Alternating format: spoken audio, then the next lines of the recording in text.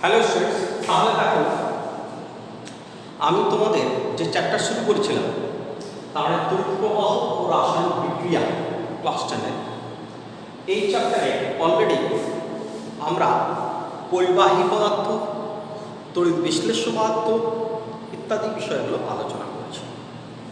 তার সঙ্গে অলরেডি আমি তোমাদেরকে জলের তড়িৎ বিশ্লেষণ প্রক্রিয়া দেখিয়েছি যে কিভাবে একটা ভোল্টামিটারে তড়িৎদ্বার ব্যবহার করে আমরা জলের তড়িৎ বিশ্লেষণ করে থাকি। সেই জলের তড়িৎ বিশ্লেষণে আমরা দেখেছিলাম সেখানে ক্যাথোডে হাইড্রোজেন গ্যাস ও অ্যানোডে অক্সিজেন গ্যাস উৎপন্ন হয়। সেই হাইড্রোজেন আর অক্সিজেন যার আয়তনের অনুপাত হলো 1:2 আর ভরের অনুপাত হলো 1:8। ক্লিয়ার? যদি আমাদের প্রশ্ন জিজ্ঞাসা করে যে হাইড্রোজেন আর অক্সিজেন গ্যাসটা কীভাবে শনাক্ত করা হয়, তাহলে সব থেকে সহজ পদ্ধতি, হাইড্রোজেন গ্যাস কি হয়, নীল শিখা সহজ হবে। বুঝতে পারলেন আপনারা? হাইড্রোজেন গ্যাসটা কী হবে, নীল শিখা সহজ হবে। যখন ধরো কোনো একটা জ্বলন্ত পাট কাটিয়ে নিয়ে যাবো, গ্যাসটা কী হবে, জ্বলবে। আর অক্সিজেন এটা শনাক্ত করা একটু টাফ। নাইট্রিক অক্সাইড বলে একটা গ্যাস আছে NO, যার কোনো বর্ণ নেই। যখনই অক্সিজেনের সংস্পর্শে নিয়ে চলে আসে সেটা বাদামি বর্ণের নাইট্রোজেন ডাইঅক্সাইড গ্যাসে পরিণত হয়। তার মানে যদি সেখানে বাদামি বর্ণ উৎপন্ন হয় তাহলে আমি বলতে পারবো যে গ্যাসটা অক্সিজেন। ফাইন। তো সেই জলের তড়িৎ বিশ্লেষণের পরে আজকে আমি চলে আসছি তোমাদের সামনে একটা বিশেষ একটা বিষয়, কপার তড়িৎদ্বারের সাহায্যে কপার সালফেট দ্রবণের তড়িৎ বিশ্লেষণ। এই প্রসঙ্গে আমি তোমাদের একটা গুরুত্বপূর্ণ কথা বলছি, আমার কথাটা আগে বোঝার চেষ্টা করবে। ক্লিয়ার? কথাটা কি, যে তড়িৎ বিশ্লেষণ প্রক্রিয়ায় আমরা যে তড়িৎ তার ব্যবহার করি, কি ব্যবহার করি, তড়িৎ তার। এই তড়িৎ তারকে আসলে আমরা দুটো ভাগে ভাগ করি। এক, নিষ্ক্রিয় তড়িৎ তার। এক, নিষ্ক্রিয় তড়িৎ তার। দুই, সক্রিয় তড়িৎ তার। ক্লিয়ার? বারবার করে বলছি, আমার কথাটা ভালো করে বোঝার চেষ্টা করবেন যে আমরা এই তড়িৎ বিশ্লেষণ প্রক্রিয়ায় যে তড়িৎ তার ব্যবহার করি সেই তড়িৎ তার বাস্তবে দুরকম, এক সক্রিয়, দুই নিষ্ক্রিয়। নাম থেকে অনেকটা বিষয় আমাদের কাছে পরিষ্কার। কিরকম? নিষ্ক্রিয় মানে যে তড়িৎ তার নিজে তড়িৎ বিশ্লেষণ প্রক্রিয়ায় অংশগ্রহণ করে না, একটা নিষ্ক্রিয় অবস্থায় থাকে, চুপচাপ বসে থাকে, সে নিজে বিক্রিয়া করতে চায় না, সেটা হচ্ছে নিষ্ক্রিয় তড়িৎদ্বার। কি বলতে হয়? যে তড়িৎদ্বার তড়িৎ বিশ্লেষণ প্রক্রিয়ায় নিজে অংশগ্রহণ করে না, সেটা হচ্ছে নিষ্ক্রিয়। যেমন এর আগের দিন আমরা জলের তড়িৎ বিশ্লেষণের সময় গ্রাফাইট তড়িৎদ্বার ব্যবহার করেছিলাম। সেই গ্রাফাইট তড়িৎদ্বারটা ছিল সেখানে নিষ্ক্রিয়, তাহলে ও নিজে বিক্রিয়ায় অংশগ্রহণ করতে চায় না। দ্বিতীয় হলো সক্রিয় তড়িৎদ্বার। মানে সক্রিয় তড়িৎদ্বার মানে যে তড়িৎদ্বার নিজে তড়িৎ বিশ্লেষণ প্রক্রিয়ায় অংশগ্রহণ করে। কি হলো? যে তড়িৎদ্বার নিজে তড়িৎ বিশ্লেষণ প্রক্রিয়ায় অংশগ্রহণ করে তাকে আমরা বলবো সক্রিয় তড়িৎদ্বার। ক্লিয়ার কথাটা? কি হলো? যে তড়িৎদ্বার নিজে তড়িৎ বিশ্লেষণ প্রক্রিয়ায় অংশগ্রহণ করে তাকে আমরা কি বলবো? সক্রিয় তড়িৎদ্বার। ক্লিয়ার কথা? তাকে তাহলে আমরা কি বলবো? সক্রিয় তড়িৎদ্বার। সে না হয় হলো, কিন্তু বিষয় হলো আমি বুঝবো কী করে তড়িৎদ্বারটা সক্রিয় না নিষ্ক্রিয়। শোনো, তার একটা শর্ত আছে। কি শর্ত?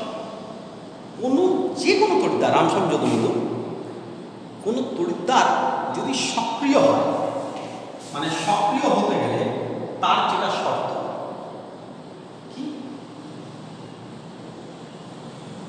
অ্যানোডে যে ধাতব তড়িৎদ্বার থাকে তা একটি লবণ তড়িৎ বিশ্লেষ্য রূপে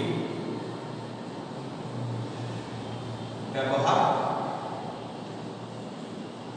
করতে হবে। খুব গুরুত্বপূর্ণ ও ভাইটাল কথা।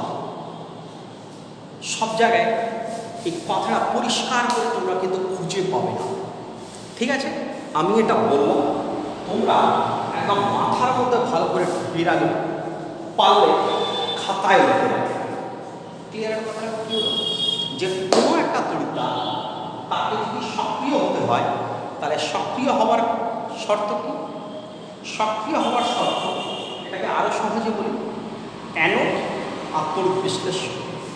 অ্যানোড তড়িৎদ্বার আর তড়িৎ বিশ্লেষ্য দুটোর ধাতু সেম হবে। অ্যানোড তড়িৎদ্বার আর তড়িৎ বিশ্লেষ্য দুটোর ধাতু সেম হবে।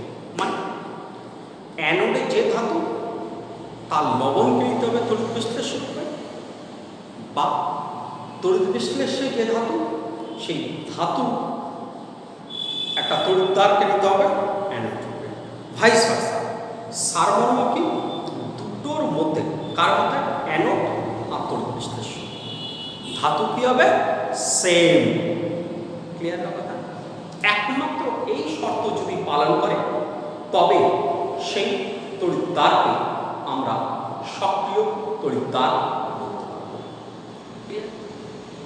বেশ কয়েকটা জায়গায় আমাদের এই শর্ত কাজে লাগবে, তাই একদম মাথার মধ্যে ভালো করে ঢুকিয়ে রাখবো। আচ্ছা, দ্বিতীয়, কোনো একটা তড়িৎদ্বার যদি সক্রিয় হয় তাহলে কি হয়?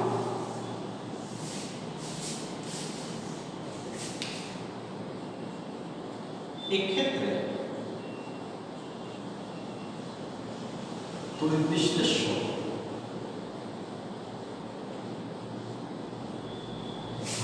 এটা লেখার দরকার নেই, এখানে কথাটাকে একটু অন্যভাবে বলি। এক্ষেত্রে অ্যানোড থেকে ধাতব পরমাণু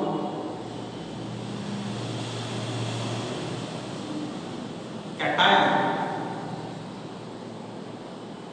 রূপে দ্রবণে আসে। ক্লিয়ার? ব্র্যাকেটে জারিত হবে।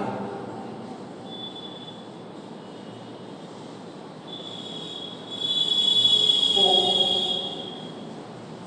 সম সংখ্যক ক্যাটায়ন দ্রবণ থেকে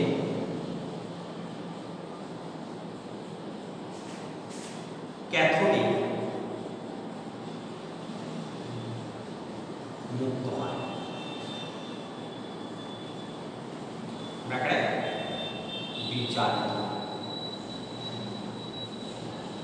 ফলে দ্রবণের ঘনত্ব অপরিবর্তিত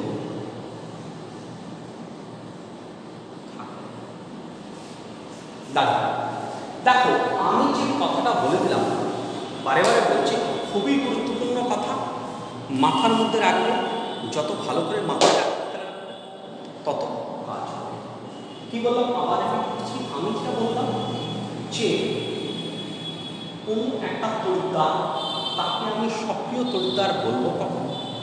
সক্রিয় তড়িৎদ্বার বলবো যদি অ্যানোডে যে ধাতব তড়িৎদ্বার থাকে তার একটি লবণকে তড়িৎ বিশ্লেষণ করে ব্যবহার করতে হবে, যাকে আমি আরও সহজে কী বলেছিলাম যে অ্যানোড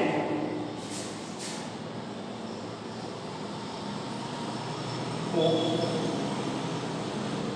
তড়িৎ বিশ্লেষণের মধ্যে একই ধাতু থাকবে। ক্লিয়ার কথা যে অ্যানোড আর তড়িৎ বিশ্লেষ্য দুটোর মধ্যে যে ধাতু আছে সেই ধাতুটা কী হবে? একই হবে। বিশাল ভাইটাল সেকশন বলছে, কিন্তু ভালো করে বোঝা যায়। এইবার যদি একটা তড়িৎদ্বার সক্রিয় হয় তাহলে কি হবে? যদি একটা তড়িৎদ্বার সক্রিয় হয় তাহলে অ্যানোড থেকে ধাতব পরমাণু ইলেকট্রন বর্জন করে দ্রবণে আসবে, তারপর ওই সমসংখ্যক ক্যাটায়ন দিয়ে কোথায়? ক্যাথোডে মুক্ত হবে। ক্যাথোডে মুক্ত হয় মানে বিজারিত হবে। এক্ষেত্রে দ্রবণের ঘনত্ব অপরিবর্তিত থাকে। দ্রবণের ঘনত্ব কী হবে? অপরিবর্তিত থাকবে। ওয়ান মোর থিং, আরেকটা বিষয়, এক্ষেত্রে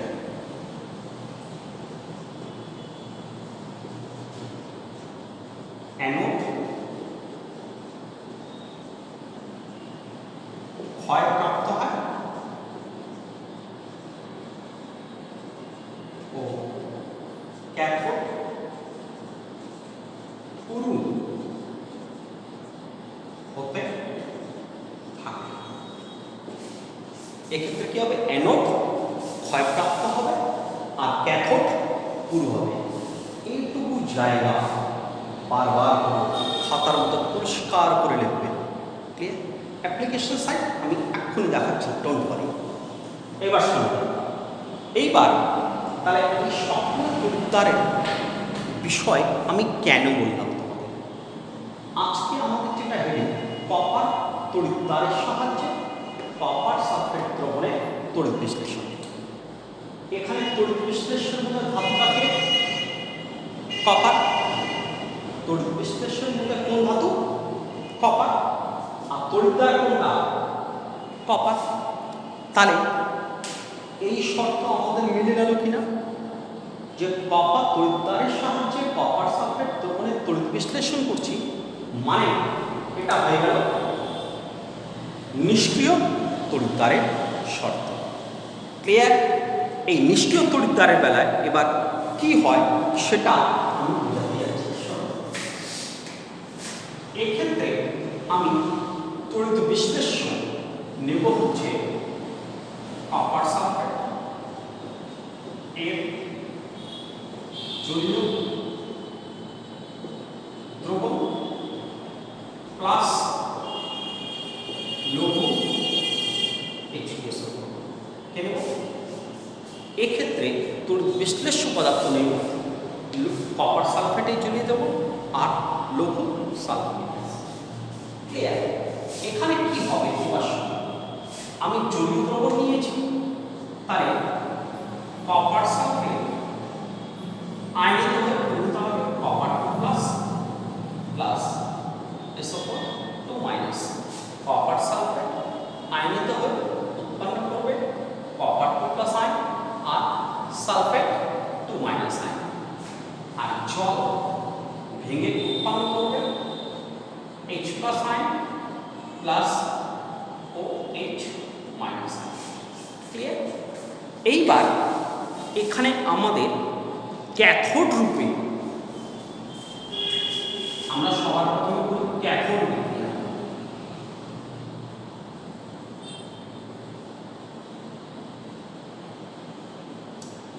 এখানে ক্যাটায়ন H প্লাস আর কপার টু প্লাস। আমি এমনিতেও তোমাদেরকে আগেই বলেছি এখানে কি হবে, কপার টু প্লাস ক্যাথোডে গিয়ে ইলেকট্রন গ্রহণ করে কপার আর অ্যানোড বিক্রিয়া কি হবে না,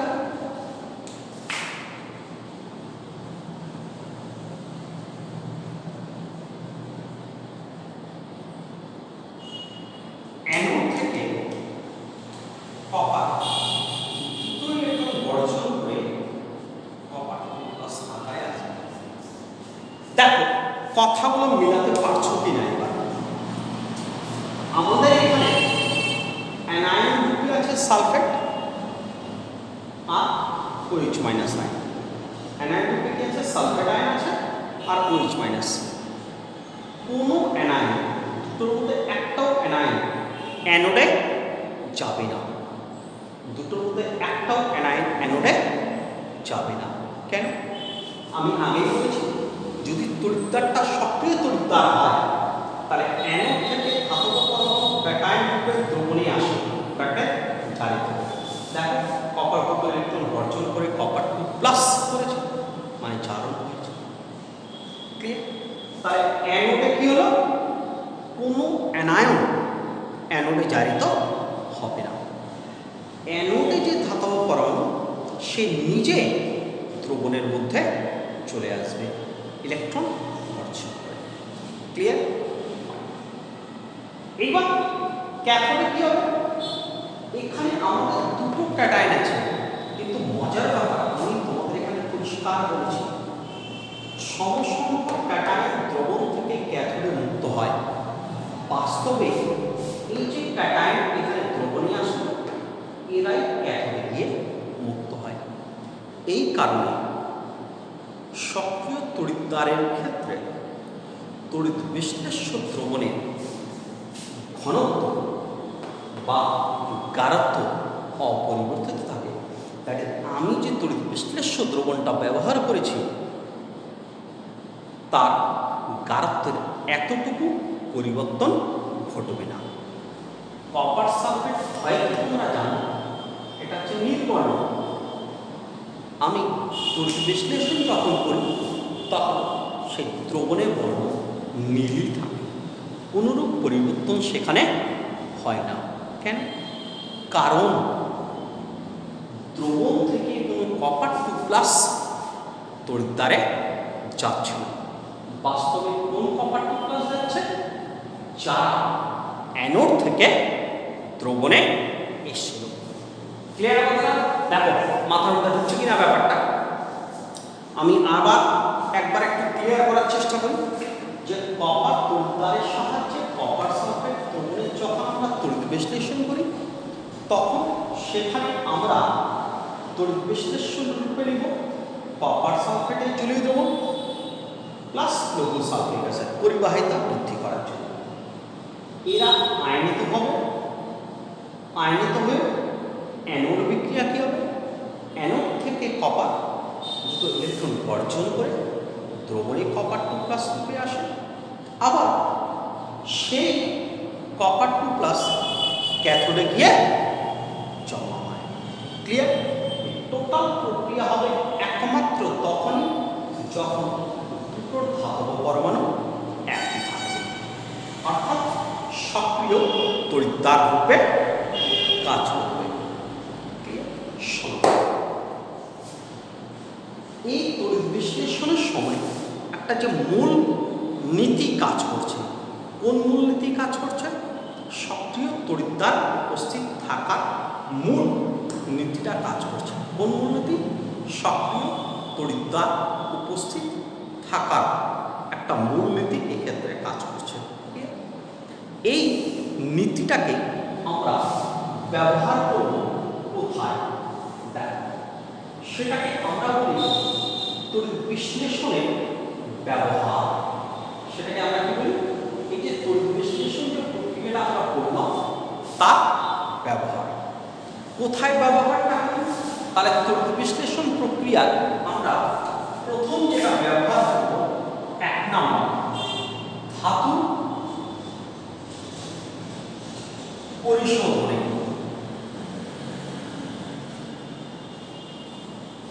এটাকে আমরা বলি ধাতুবিদ্যায়।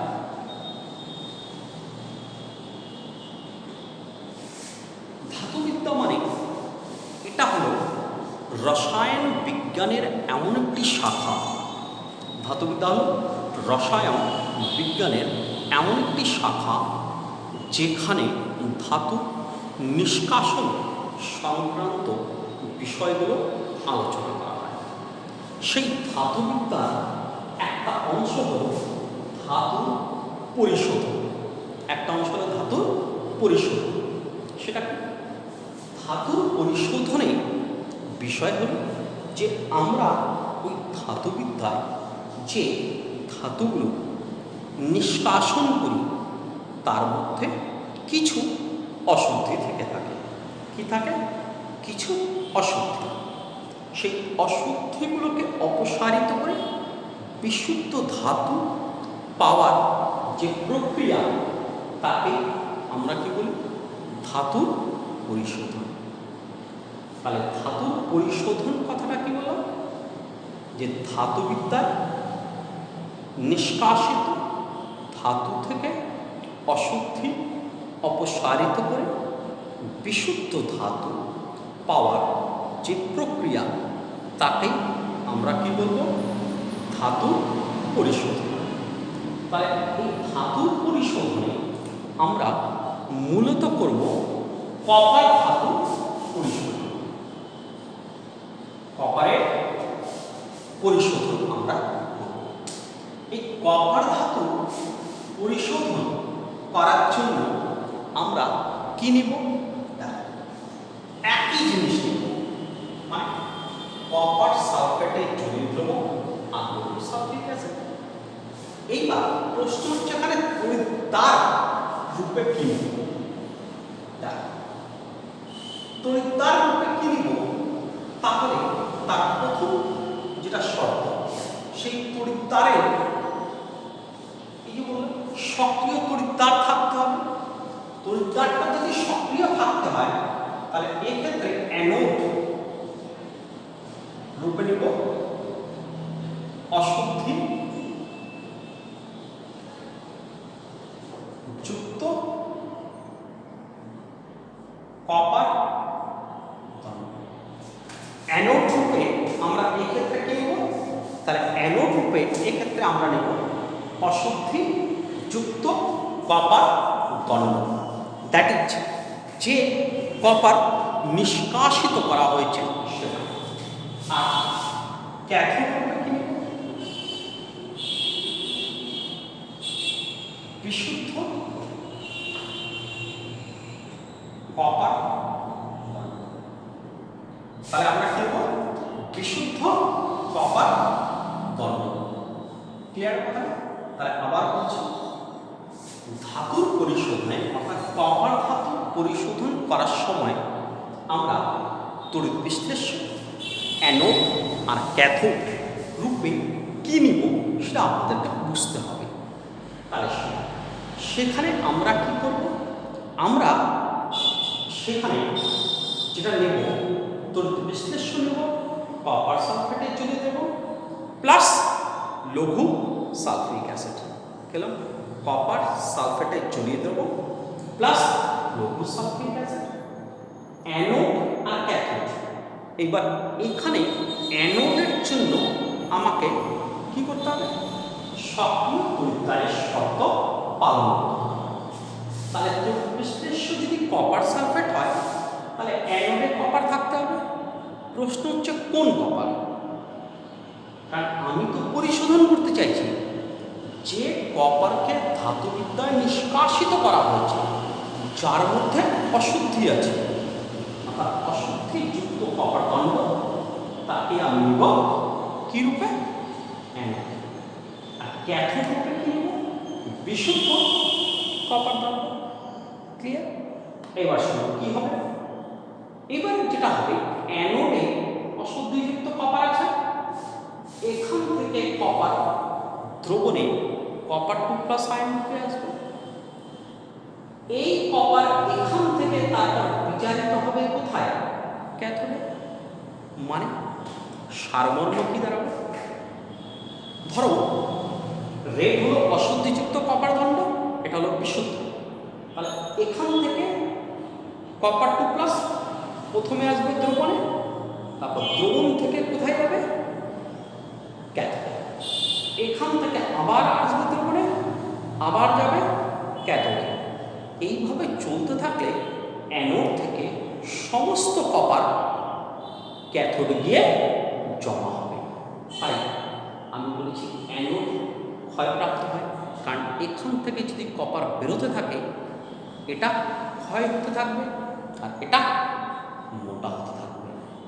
শেষ পর্যন্ত অশুদ্ধিযুক্ত কপার থেকে আমি বিশুদ্ধ কপার পেয়ে যাব। অশুদ্ধিযুক্ত কপার থেকে বিশুদ্ধ কপার পেয়ে যাব। এখানে যে অশুদ্ধিগুলো ছিল কি করি আমরা অনেক সময়, ধরো এই যে এটা অ্যানোড, তো ধরো এটা অ্যানোড, অশুদ্ধি আছে, এর চারপাশে অনেক সময় পাতলা মসলিন কাপড়ের নাম শুনেছে নিশ্চয়ই, তার একটা থলি লাগে। ফলে কি হয়, এখানে অশুদ্ধিগুলো জমা হয়। অশুদ্ধিগুলো এখানে হচ্ছে দামি অশুদ্ধি। কি কি? সিলভার, গোল্ড, প্ল্যাটিনাম, এই ধরনের অশুদ্ধিগুলি তামার সঙ্গে মিশে থাকে। এই ধরনের অশুদ্ধিগুলো কি হয়? তামার সঙ্গে মিশে থাকে। এই যে অশুদ্ধিটা আমরা পাই এটাকে আমরা বলি অ্যানোড কাদা। এটাকে আমরা কি বলি? অ্যানোড কাদা। ইংলিশে বলা হয় অ্যানোড মাড। তাহলে যদি প্রশ্ন করা হয় যে অ্যানোড মাড বা কাদা কি, তাহলে বলব যে কপার ধাতু পরিশোধনের সময় অ্যানোডে মসলিনের থলির মধ্যে যে অশুদ্ধিগুলি জমা হয়, যেখানে সিলভার, গোল্ড, প্ল্যাটিনাম ইত্যাদি উপস্থিত থাকে, তাকেই বলা হয় অ্যানোড কাদা। ঠিক আছে? তাহলে এইভাবে আমরা সক্রিয় তড়িৎদ্বারের নীতি ব্যবহার করে ধাতু পরিশোধন করে দিলাম, অর্থাৎ বিশুদ্ধ কপার থেকে অশুদ্ধিযুক্ত কপার থেকে বিশুদ্ধ কপার ধাতু নিষ্কাশিত করলাম। ক্লিয়ার? ফাইন। এইবার সেই তড়িৎ বিশ্লেষণের প্রক্রিয়া, সেই তড়িৎ বিশ্লেষণ প্রক্রিয়ায় আমাদের আরেকটা ব্যবহার আছে। এটা তো একটা করলাম পরিশোধন, দ্বিতীয় যে ব্যবহার আমাদের আছে সক্রিয় তড়িৎদ্বার, একই নীতি, সেটা খুব গুরুত্বপূর্ণ। সেটাকে আমরা বলি তড়িৎ লেপন।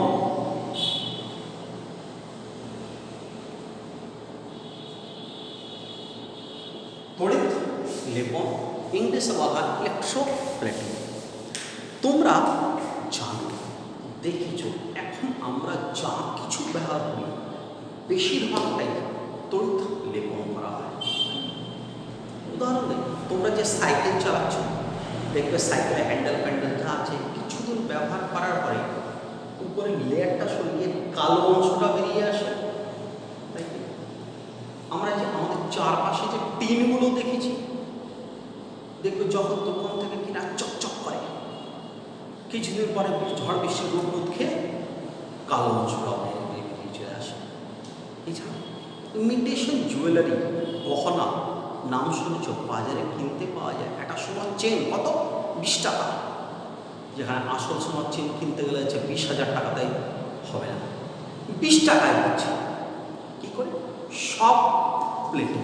মানে প্লেটিং কথাটার মানেটা হচ্ছে নিম্নমান বা নিকৃষ্ট মানের ধাতুর উপরে উৎকৃষ্ট মানের ধাতুর প্রলেপ দেওয়া। প্রলেপ মানে বুঝো তো?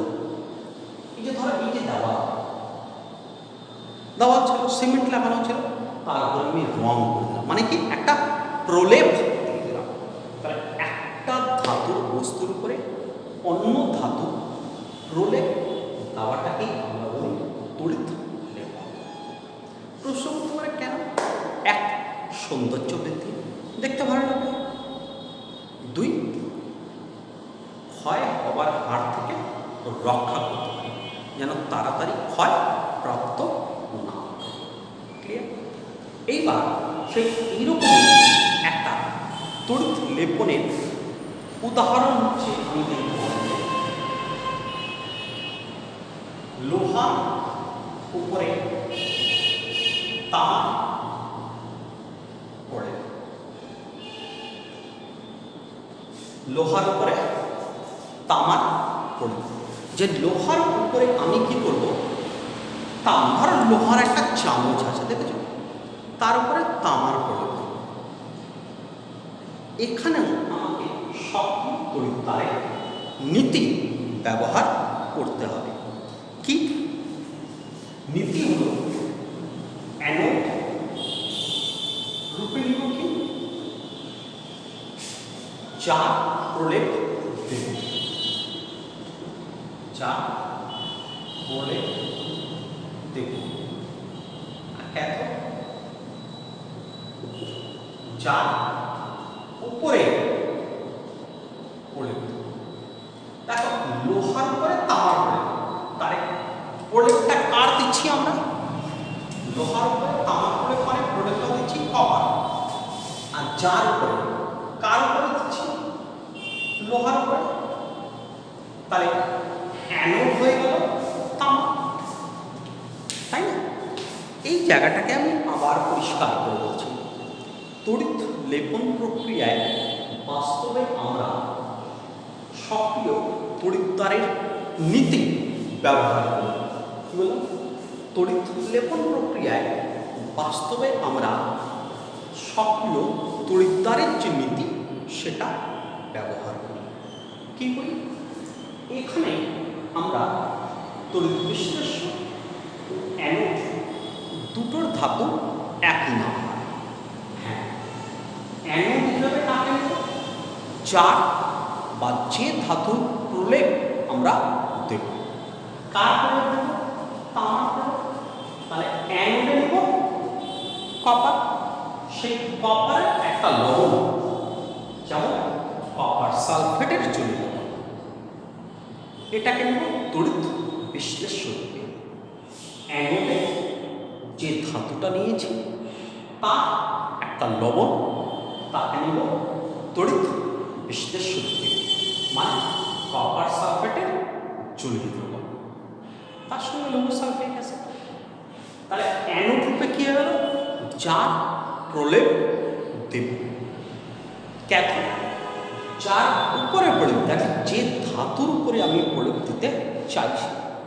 যদি লোহার একটা চামচের উপরে প্রলেপ দিতে চাই, তাহলে লোহার চামচটাকে নেব ক্যাথোড, আর অ্যানোড যে জিনিসের প্রলেপটা দেব, ধরো তামার উপরে সোনার প্রলেপ দেব, তামার উপরে সোনার প্রলেপ, তাহলে সোনাটাকে নেব অ্যানোড, তার একটা লবণ পটাশিয়াম অরোসাইনাইড, তড়িৎ বিশ্লেষণ।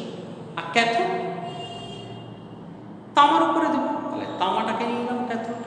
ক্লিয়ার? এটা হচ্ছে তড়িৎ বিশ্লেষণের মূল নীতি, যেটাকে আমরা সক্রিয় তড়িৎ তারের ক্ষেত্রে ব্যবহার করে থাকি। তাহলে আজকে আমি তোমাদের যে সক্রিয় তড়িৎ তার যে অংশটা বললাম, খুবই গুরুত্বপূর্ণ, এতটাই গুরুত্বপূর্ণ তোমরা এখন ভাবতে পারছো না। সেটাকে ভালো করে বুঝে রাখবে। তার তিনটে জায়গায় আমি দেখালাম। এক, কপার তড়িৎ তারের সাহায্যে কপার সালফেটের তড়িৎ বিশ্লেষণ। দুই, ধাতু পরিশোধন, যার উদাহরণ হিসাবে দিলাম অশুদ্ধিযুক্ত কপার ধাতু থেকে অশুদ্ধিযুক্ত কপার ধাতু থেকে বিশুদ্ধ কপার ধাতু নিষ্কাশন। আর তিন, তড়িৎ লেপন। আচ্ছা, যাই হোক, ফাইনালি এই তড়িৎ বিশ্লেষণ প্রক্রিয়া আমরা আরেকটা ব্যবহার, লাস্ট একটা ব্যবহার দেখাই, তাহলে আমাদের এই চ্যাপ্টার শেষ হয়ে যাবে। সেটা হচ্ছে ধাতু নিষ্কাশন। সেটা কি? ধাতু নিষ্কাশনে আমরা এর ব্যবহার করব। কোথায় ব্যবহার করব? ধাতু নিষ্কাশন। এখন এই ধাতু নিষ্কাশন এটাও আমাদের সেই ধাতুবিদ্যারই অংশ। ঠিক আছে, এটাকে আসলে আমরা ধাতুবিদ্যার ভাষায় যেটা বলি সেটাকে আমরা বলি তড়িৎ বিচার। ধাতুবিদ্যার ভাষায় এটাকে আমরা কি বলি? তড়িৎ বিচার। তড়িৎ বিচার বা তড়িৎ বিশ্লেষণ ব্যবহার করে আমরা কোন ধাতুগুলিকে নিষ্কাশিত করতে পারি সেটা আগে জানতে হবে। আমরা সেই ধাতুগুলিকে নিষ্কাশিত করতে পারব যার উচ্চ তড়িৎ ধনাত্মক, উচ্চ তড়িৎ ধনাত্মক, like sodium, calcium, aluminium, magnesium ইত্যাদি। এদেরকে আমরা তড়িৎ বিশ্লেষণ প্রক্রিয়ার সাহায্যে নিষ্কাশন করতে পারব। ঠিক আছে, তার মধ্যে আমরা মূলত যে উদাহরণটা দিচ্ছি সেটা হচ্ছে অ্যালুমিনিয়াম নিষ্কাশন। ঠিক আছে, এর জন্য আমরা এই অ্যালুমিনিয়াম নিষ্কাশনের জন্য আমরা তড়িৎ বিশ্লেষ্য পদার্থরূপে কী নিব সেটা আমাদেরকে আগে বুঝতে হবে। তো তার জন্য আমরা নেব 60% ক্রায়োলাইট। ক্রায়োলাইটকে আমরা বলি Na3Al(F6). ক্রায়োলাইটটা কি? Na3Al(F6) সংকেত অনুসার 20% ফ্লুওস্পার সংকেত CnF2 আর বাকি 20% হচ্ছে আকরিক। আকরিক মানে Al2O3।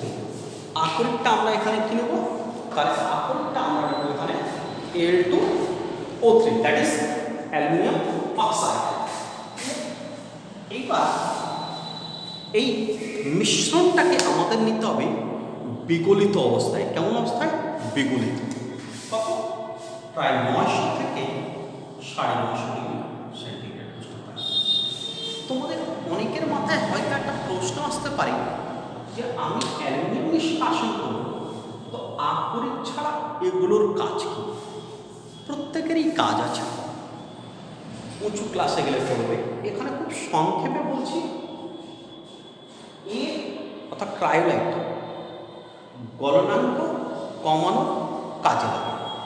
মানে আমি যদি শুধু বিশুদ্ধ অ্যালুমিনিয়াম নিতাম 2000 ডিগ্রি সেন্টিগ্রেড উষ্ণতায় গলে, ক্রায়োলাইট অনুসারে তার গলনাঙ্ক কমে 900 থেকে 950-তে আসে। ক্লিয়ার? আর ফ্লুওস্পার নেই পরিবাহিতা বৃদ্ধি করার জন্য, মানে সহজে যেন তড়িৎ পরিবাহিত করতে পারে, সহজে যেন তড়িৎ পরিবাহিত করতে পারে। ক্লিয়ার হলো কথাটা? ফাইন। এইবার কি হবে? এই যে Al2O3 এটা আয়নিত হয়ে রূপান্তর হবে 2Al3 প্লাস 3O2-। এইবার যেহেতু বিগলিত অবস্থায় নিয়েছি তাহলে এখানে আর কেউ নেই, তাহলে ক্যাথোডে কে যাবে? ক্যাটায়ন। তাহলে ক্যাটায়ন 3খানা ইলেকট্রন নিয়ে পরিণত হবে অ্যালুমিনিয়াম। তাহলে ক্যাথোডে আমি কি পেয়ে গেলাম? অ্যালুমিনিয়াম ধাতু। অ্যানোড এখানে যাবে O2-, দুটো ইলেকট্রন বর্জন করে পরিণত হবে O প্লাস O, অ্যানোডে পরিণত হবে O। তাহলে আমি যদি অ্যালুমিনিয়াম দ্যাট ইজ Al2O3 এর তড়িৎ বিশ্লেষণ করি তাহলে ক্যাথোডে পাবো অ্যালুমিনিয়াম ধাতু, অ্যানোডে পাবো অক্সিজেন গ্যাস। ক্যাথোডে কি পেলাম? অ্যালুমিনিয়াম ধাতু, অ্যানোডে কি পেলাম? Oxygen gas. তাহলে এইভাবে আমরা তড়িৎ বিশ্লেষণ প্রক্রিয়া ব্যবহার করে ধাতু নিষ্কাশন করে থাকি, যেটাকে আমরা ধাতুবিদ্যার ভাষায় কি হলাম তড়িৎ বিচার। ক্লিয়ার কথাটা? তাহলে এর সঙ্গে সঙ্গে আমাদের এই যে তৃতীয় চ্যাপ্টার কেমিস্ট্রি পোর্শনে সেটা কমপ্লিট হলো। তোমাদেরকে বারে বারে বলছি, আমি মূলত এই চ্যাপ্টার 3টে ভিডিও বানিয়েছি। আমার এই আজকের last video most important. Actually আজকের টপিক প্রত্যেকটার সঙ্গে রিলেটেড, একটার সঙ্গে আরেকটা সম্পর্ক আছে।